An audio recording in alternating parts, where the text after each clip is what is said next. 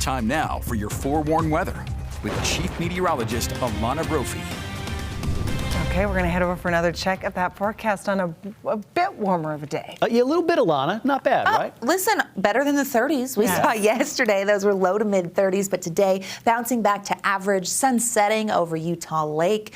It is such a pretty shot, but you can see the water moving, so the wind and the breeze keeping some active skies out there. The winds are going to pick up even more so. We'll talk about that here in a second. Satellite radar shows high pressure in control. Active skies over the Pacific Northwest and our westerly flow keeping dry skies thanks to that high pressure, and really not much in the way of cloud cover. Clear conditions. Ensign Peak with that nice warm glow for sunset. Oh, Salt Lake City. Okay, February was an interesting month. We actually are the 5th wettest February on record in Salt Lake, but we also looked at Logan, Provo, Cedar City, and St. George, and all of those areas performing above average. So February has been a wet month, and we are so thankful for it. St. George getting more than 2 inches of precipitation. Logan doing exceptionally well there. As we look at our snowfall calendar, it tells the story, because usually 11.2 inches is what we see for snowfall on an average February in Salt Lake. This month, 4.6. Our warmer storms, which allowed for valley rain, delivered with precipitation, but not the traditional snowfall that we see for the month of February. So interesting to note that there. 30s and 40s out there right now. If you're stepping out for the evening or tonight, temperatures will continue to drop, low 60s in St. George. We'll see those 30s by ABC 4 News at 10. Mostly clear skies, dry conditions as we head into our Thursday.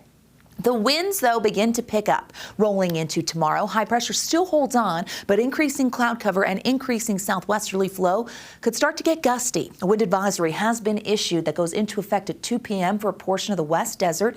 Holds on until Friday morning. But even though there's not an advisory for the western side of the state, the entire western side of the state, I do think gusty conditions will be there. Don't rule it out in the Tooele, Rush Valleys, and even portions of Salt Lake County.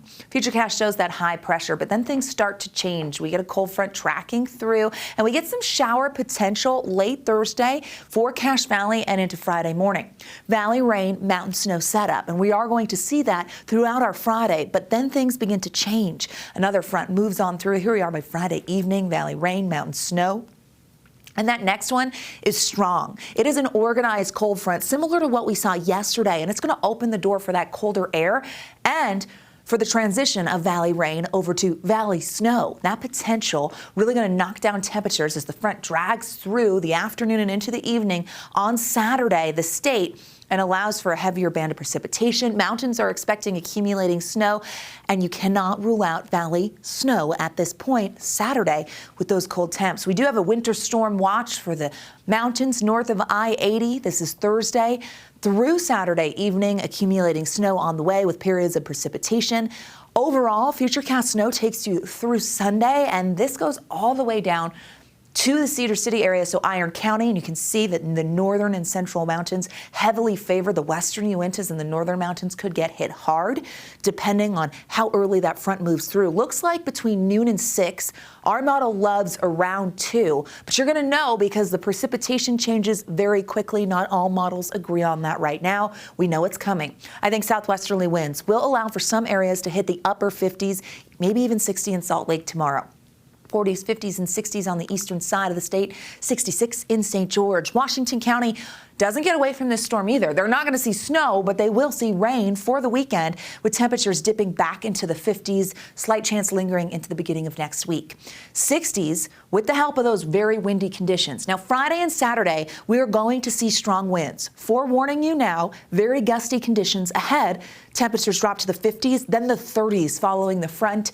Rain transitions to snow on Saturday, and scattered snow potential could be there on Sunday. So another strong storm on the way. I hope you enjoyed your Wednesday. Thursday looks nice, but the winds of change will be blowing. Emily, Brian, over to you.